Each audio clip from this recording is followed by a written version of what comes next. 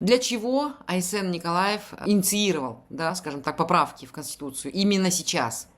Я думаю, что ответ на этот вопрос кроется в выступлении экс-президента Республики Саха Егора Борисова. В этом своем выступлении, смотря людям в глаза, зная, что его будет смотреть вся республика, откровенно врал людям.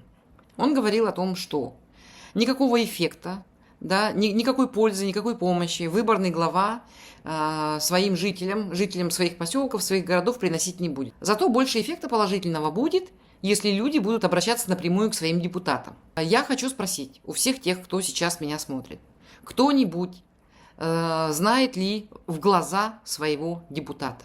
Я думаю, что жители поселка Юкагир не знают, кто представляет их интересы в Илтумен. И никакая помощь от депутатов вот этой семье, у которой погибла трагически девочка, и которую не могли похоронить больше 2 недель, не была оказана. Дальше разбираем его речь. В своей речи Егор Борисов сказал о том, что мы, оказывается, 30 лет жили неправильно. Жили согласно либеральным законам. Я думаю, что Егор Борисов прекрасно знает, что такое либерализм. Непоколебимость прав и свобод человека. Главенство закона. Частное право на частную собственность.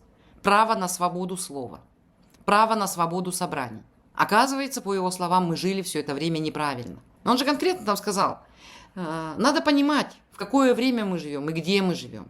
В какое время, значит, во время диктатуры, во-первых, и где мы живем в составе Российской Федерации. Мы теперь не независимое государство, Республика Саха.